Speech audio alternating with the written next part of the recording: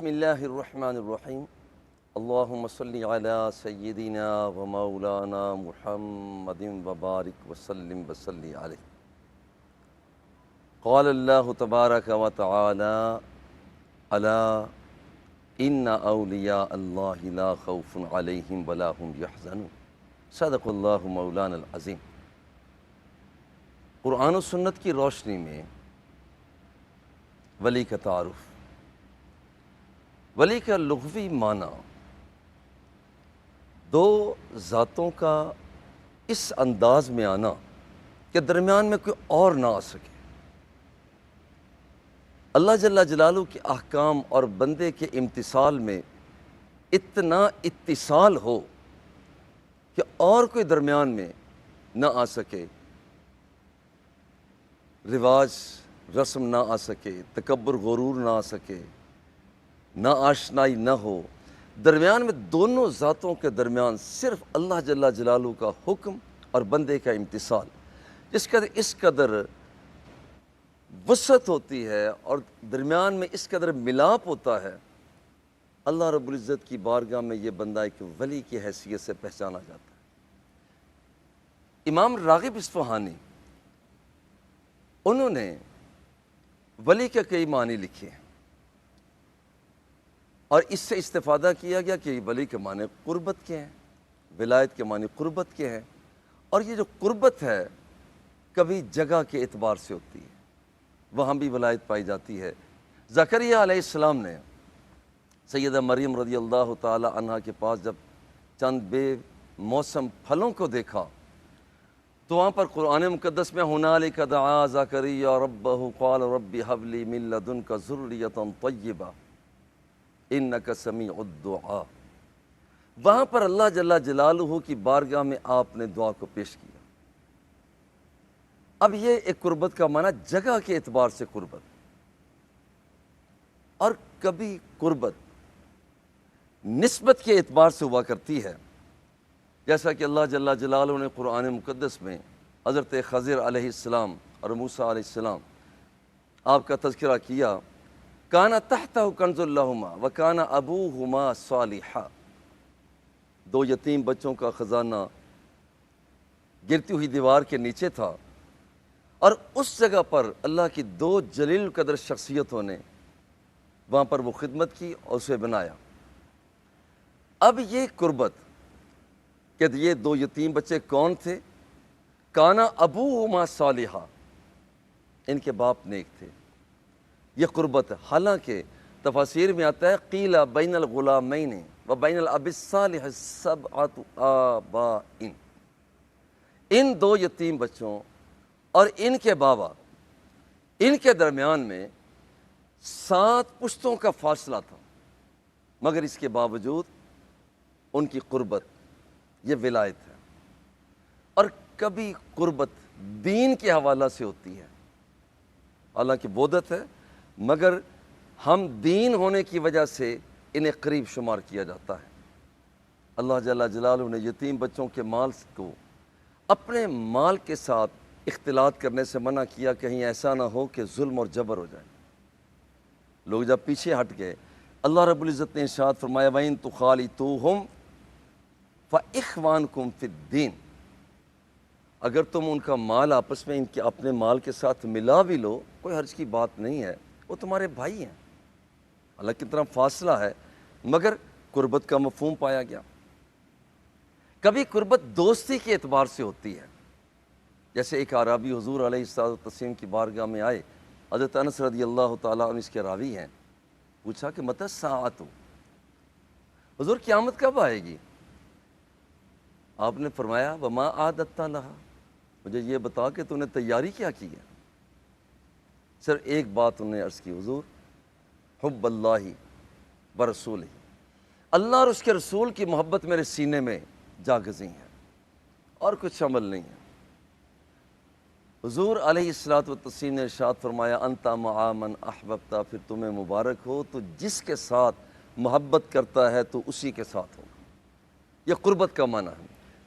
قربت کے اعتبار سے سب سے زیادہ قربت اللہ جل جلالہ کی حضور علیہ الصلوۃ والتسلیم کے ساتھ، سب سے زیادہ قربت، حالانکہ کتنے جمادات، نباتات، حیوانات، انسان، جن، بشر، ولی، غوث، کتب، ابدال، انبیاء و مرسلین سارے ہیں، مگر سب سے زیادہ اللہ کی قربت حضور علیہ الصلوۃ والتسلیم کے ساتھ۔ آدم علیہ السلام کو ایک بات عطا فرمائی تھی، کہ آدم یہ میرا نبی ہے، فَإِنَّ مُحَمَّدًا أَحَبُّ الْخَلْقِ إِلَيَّ، ساری کائنات، ساری مخلوقات، ان میں سب سے زیادہ پسندیدہ اور محبوب بندہ وہ یہ میرا بندہ محمد صلی اللہ علیہ وسلم۔ اچھا، اس کے بعد اللہ رب العزت کا قرب، ولایت کے معنی قربت کے ہیں، قرب جو ہے انبیاء و مرسلین کے ساتھ ہے۔ انہم عندنا لمن المصطفین الاخیار، رب ذوالجلال فرماتا ہے یہ میرے پسندیدہ اور مختار بندے ہیں۔ تیسرے درجے پر جو قربت ہے وہ انبیاء و مرسلین کے بعد وہ لوگ جو اتقیاء، اصفیاء، پرہیزگار، دلوں کو رونت سے، تکبر سے، غرور سے، نخوت سے پاک رکھنے والے، اللہ جل جلالہ کی بارگاہ میں حاضری کے لیے ہر وقت کوشاں رہنے والے، ان کے لیے اللہ جل جلالہ نے ارشاد فرمایا کہ یہ وہ لوگ ہیں وَلَا يَزَالُ عَبْدِي يَتَقَرَّبُ إِلَيَّ بِالنَّوَافِلِ، فرضوں کی ادائی کے بعد یہ نفلوں کو ادا کرتے ہوئے میرے بالکل قریب آ جاتے ہیں، حَتَّى أُحِبَّهُ، میں رب ہو کر ان سے پیار کرتا ہوں۔ فَإِذَا أَحْبَبْتُهُ فَأَكُونَ السَّمْعَهُ الَّذِي يَسْمَعُ بِهِ، جب میں بندے سے پیار کرتا ہوں تو میں اس کی سماعت بن جاتا ہوں جس کے ساتھ وہ سنا کرتا ہے۔ وَبَصَرَهُ الَّذِي يَبْصُرُ بِهِ، میں اس کی بصارت بن جاتا ہوں جس کے ساتھ وہ دیکھا کرتا ہے۔ وَيَدَهُ الَّتِي يَبْطِشُ بِهَا، میں اس کا ہاتھ بن جاتا ہوں جس کے ساتھ وہ پکڑا کرتا ہے۔ وَرِجْلَهُ الَّذِي يَمْشِي بِهَا، میری جلالت کا نور اس کے قدموں میں چلا جاتا ہے جس کے ساتھ وہ چلا کرتا ہے۔ اور قربت اتنی ہو جاتی ہے، ولایت ہے، قربت اتنی ہو جاتی ہے، اِذَا سَأَلَنِي لَأُعْطِيَنَّهُ وَإِذَا اسْتَعَاذَنِي لَأُعِيذَنَّهُ، پھر یہ مجھ سے مطالبہ کرتا ہے، جو مجھ سے مانگتا ہے میں اس کو عطا کرتا ہوں۔ اچھا، یہ لغوی اعتبار سے ہے۔ اس موقع پر یہاں پر علامہ تفتازانی، شیخ ابن حجر عسقلانی اور ملا علی قاری، انہوں نے ولی کی تعریفات مختلف کی ہیں، الفاظ مختلف ہیں، ان سب کا معال، انجام ایک نکلتا ہے کہ ایجابی پہلو کو اختیار کرنا، اسلام کے ایجابی پہلو کو اختیار کرنا اور سلبی پہلو سے کنارہ کش رہنا، یہ ولی کا مفہوم۔ اللہ جل جلالہ نے حضور علیہ الصلوۃ والتسلیم میں جو چیزیں عطا فرمائے کہ یہ کام تم نے کرنا ہے، انہیں وہ اختیار کرتا ہے، اور یہ کام تم نے نہیں کرنا، اس سے وہ جاتا ہے، اس بندے کو ولی کہا جاتا ہے۔ گویا کہ دو چیزوں میں چیز سمٹی ہوئی ہے، دائمی عبادت کرنا اور گناہوں سے بچنا۔ اور عبادت میں صرف یہ نماز ہی نہیں ہے، عبادت میں ساری زندگی، وہ انفرادی زندگی ہو، اجتماعی نظام حیات ہو، اور اجتماعی نظام حیات میں وہ گھر کی زندگی ہو، بلدیات کی زندگی ہو، ملک کی زندگی ہو، نظام معیشت ہو، نظام سیاست ہو، نظام تمدن ہو، غرض یہ کہ بین الاقوامی زندگی تک جتنے مراحل ہیں وہ سارے کے سارے عبادت، اللہ جل جلالہ کے حکموں کے مطابق جب بندہ چلتا ہے تو یہ عبادت ہی کہلاتا ہے۔ گناہوں سے بچنا، وہ جو چیزیں انسانی زندگی کے لیے دنیا اور آخرت میں نقصان دہ ہو سکتی ہیں، اللہ رب العزت نے وہ عطا فرما دی، حضور نے بتا دیا، ان سے اجتناب کرنے کا نام، دونوں چیزیں ملتی ہیں، ایجابی چیز کو قبول کیا، ایجابی پہلو اور سلبی پہلو دونوں ملے، یہ بندہ اللہ کا مقبول ترین بندہ بن جاتا ہے۔ اور یہاں پہنچنے کے لیے جن چیزوں کو اختیار کیا جاتا ہے وہ سب سے پہلے دل کی صفائی ہے۔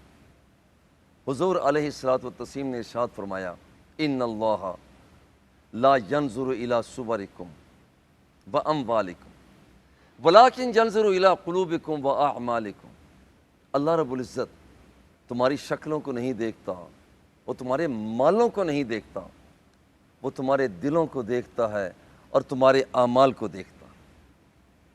اور اس کے ساتھ یہ ہے کہ ایک آدمی کام تو کرتا ہے مگر اس کے اندر اخلاص ہی نہیں ہے، کام کسی کام کا نہیں۔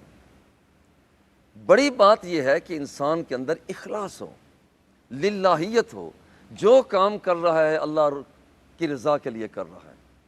اللہ رب العزت ارشاد فرماتا ہے وما امروا الا لیعبدوا اللہ مخلصین لہ الدین حنفاء ویقیموا الصلاۃ ویؤتوا الزکاۃ وذلک الدین القیمہ۔ اللہ کے بندوں کو حکم یہ دیا گیا کہ اخلاص کے ساتھ اللہ کی عبادت کرو۔ اور اخلاص کی دوسرے مقام پر ہے، اخلاص کو اگر سمجھنا ہو تو اس بات سے سمجھا جائے کہ فرمایا لبنا خالصا سائغا للشاربین، جانور کے تھنوں سے نکلنے والے دودھ کو فرمایا یہ لبنا خالصا، یہ اخلاص ہے۔ وہ خالص دودھ ہوتا ہے، جبکہ اس سے پہلے ایک طرف گوبر دوسری طرف خون، دونوں کے درمیان سے ہو کر یہ دودھ آتا ہے، اتنا ریفائن ہوتا ہے کہ اس کے ساتھ نہ گوبر لگا ہوتا ہے نہ اس کے ساتھ خون لگا ہوتا ہے۔ اور اسی طرح کی نیت رب ذوالجلال اپنی بارگاہ میں بندے سے دیکھنا چاہتا ہے کہ جب اس کے سامنے سجدہ ریز ہو رہا ہے، ہاتھ میں ترازو ہے، کوئی راستے سے کانٹے کو ہٹا رہا ہے، دل میں یہ نہ ہو کہ لوگ مجھے کیا کہیں گے، لوگ مجھے عظیم کہیں، وہ یہ کہے کہ مجھے اللہ قبول کر لے، اللہ کی بارگاہ میں مقبول ہو جاؤں، وہ مجھے پسند کر لیں۔ اس کا نام اخلاص ہے۔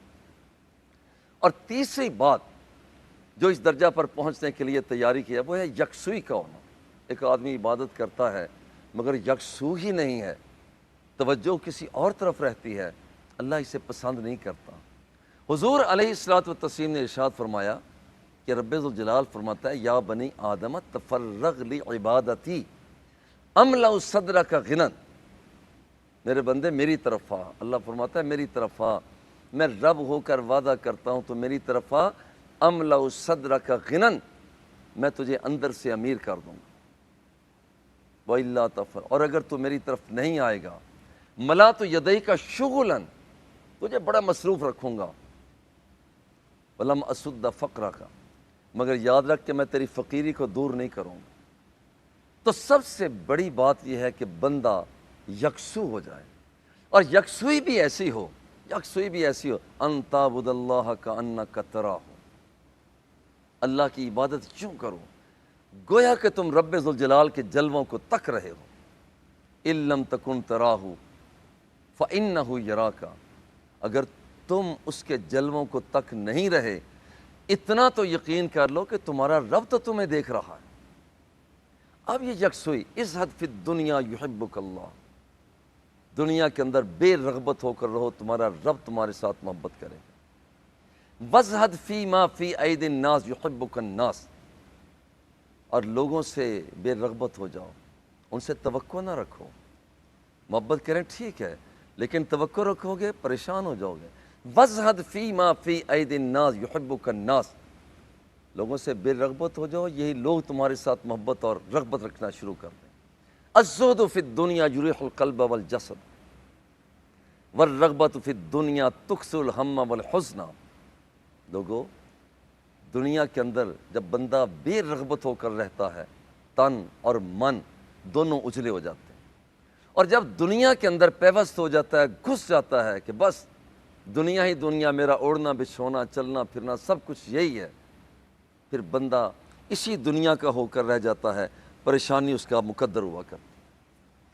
اور چوتھی بات وہ ہے تزکیہ نفس، کہ بندہ کام تو کرتا ہے، کام بھی ایسے کرے کہ دل صاف ہو کہ اتنی تو دعوت اسے دے سکے، اب تو آ جا، اب تو خلوت ہو گئی، ہر تمنا دل سے رخصت ہو گئی۔ اور یہ جو تخلیہ اور یہ تزکیہ ہے، اللہ جل جلالہ ارشاد فرماتا ہے قد افلح من تزکا وذکر اسم ربہ فصلی، اصل میں کامیاب بندہ یہ ہوا ہے کہ جس نے اپنے دل کی تختی کو صاف کر لیا، اور پھر اس عمل کے لیے اللہ رب العزت کی بارگاہ میں چلتا ہے، خوف خدا، اللہ کا خوف دل کے اندر ہو، اور پھر اس کی یاد ہو، پھر بندے کے ساتھ تڑپ ہو، پھر یہ نتیجہ دو چند ہو جاتا ہے۔ رب ذوالجلال فرماتا ہے وَلِمَنْ خَافَ مَقَامَ رَبِّهِ جَنَّتان، جو شخص اللہ سے ڈر جاتا ہے رب ذوالجلال اسے ایک نہیں بلکہ 2 جنتوں کا مالک بناتا ہے۔ گناہ پر قادر ہے مگر گناہ اس لیے نہیں کرتا میرا اللہ مجھے دیکھ رہا ہے، میرا مولا مجھے دیکھ رہا ہے۔ وہ گناہ سے دستبردار ہوتا ہے تو رب ذوالجلال کو ادا پسند ہوتی ہے اور اسے اپنی بارگاہ کا مقبول بندہ بنا لیتا ہے۔ اور پھر یہ ہے کہ اس کے ساتھ رات کی تاریکی میں جب سارے سو رہے ہوں یہ اپنے رب کو منانے کے لیے کھڑا ہو جائے۔ اللہ فرماتا ہے وَالَّذِينَ يَبِيتُونَ لِرَبِّهِمْ سُجَّدًا وَقِيَامًا، اللہ کے بندوں کی نشانی یہ ہے کہ رات کیسے گزارتے ہیں، کبھی وہ سجدہ ریز ہوتے ہیں، کبھی قیام کی حالت میں ہیں، کبھی رکوع میں ہیں، ہمارا رب ہم سے مان جائے۔ اور جب وہ مانتا ہے تو اس بندے کو ملتا کیا ہے، اس بندے کا مقام کیا ہے؟ اس بندے کا مقام یہ ہے کہ اسے اللہ رب العزت جب قیامت کا دن ہوگا، لوگ جنت میں داخل ہو جائیں گے، رب ذوالجلال جنتیوں سے کہے گا تریدون شیئا ازیدکم، کچھ اور بھی چاہیے، میں اور بھی تمہیں عطا کرتا ہوں۔ وہ بار بار کہیں گے مولا ہمیں کچھ نہیں چاہیے، رب ذوالجلال پھر فرمائے گا نہیں کچھ تو مانگو، وہ پھر کہیں گے نہیں یا اللہ کچھ نہیں چاہیے۔ اللہ رب العزت جب ان سے بار بار تقاضا کرے گا وہ کہیں الم تبیض وجوہنا وتدخلنا الجنت، یا اللہ ہم تو بڑے عجیب سے تھے، تو نے ہمیں خوبصورت بنا دیا، جنت عطا کر دی، وتنجینا من النار، جہنم کی آگ سے ہمیں تو نے آزاد کر دیا، تیرا اتنا بڑا کرم ہے، ہمیں اور کچھ نہیں چاہیے۔ اللہ جل جلالہ ارشاد فرماتے کچھ اور مانگو تو صحیح، تمہیں کچھ نہ کچھ تو مانگو نا، کچھ نہ کچھ تو مانگو۔ جب رب ذوالجلال بار بار فرمائے گا کہیں گے یا اللہ مانگنے کے لیے اب کچھ بھی نہیں ہے۔ اللہ جل جلالہ اب یہ انہیں صلاح دے رہا ہے فَيَكْشِفُ الْحِجَابَ، بذات خود وہ بے حجاب ہو جائے گا، پردہ اٹھ جائے گا۔ صحابہ نے کہا کہ کیا ہم اپنے رب کو دیکھیں گے؟ حضور علیہ الصلوۃ والتسلیم نے ارشاد فرمایا مجھے یہ بتاؤ کہ 14ویں کا چاند دیکھتے ہو کوئی دقت ہوتی ہے، کوئی تکلیف ہوتی ہے؟ نہیں یا رسول اللہ۔ فرمایا بالکل اسی طرح سے تم اپنے رب کو دیکھو گے، اللہ جل جلالہ کو دیکھو گے، مگر قطعی طور پر تمہیں کوئی دقت، کوئی تکلیف، کوئی پریشانی نہیں ہوگی۔ اللہ جل جلالہ کی طرف دیکھو، یہ اس کی طرف سے صلہ ہے کہ وہ فرماتا ہے یا ایتھا النفس المطمئنہ ارجعی الی ربک راضیۃ مرضیہ فادخلی فی عبادی وادخلی جنتی۔ اور میرے بندے تو آ جا، تو مطمئن ہے، تو مجھ سے راضی ہو گیا، میں تجھ سے راضی ہو گیا۔ یہ بندہ رب سے راضی، رب بندے سے راضی ہو جاتا ہے، اور پھر اس کو صلہ یہ ملتا ہے الا بذکر اللہ تطمئن القلوب، آگاہ ہو جاؤ کہ ذکر الہی کے ساتھ دل مطمئن ہوتے ہیں۔ اللہ کا ولی قلبی اطمینان کے ساتھ اپنی زندگی کے سفر میں آگے بڑھتا ہے۔ اللہ جل جلالہ ہم سب کو ہر وہ کام کرنے کی توفیق عطا فرمائے جو اللہ جل جلالہ پسند کرتا ہے، اور ہر اس کام سے بچنے کی توفیق بخشے کہ جس سے وہ ناراض ہوتا ہے۔ وصلی اللہ تعالی علی حبیبہ و آلہ و اصحابہ اجمعین۔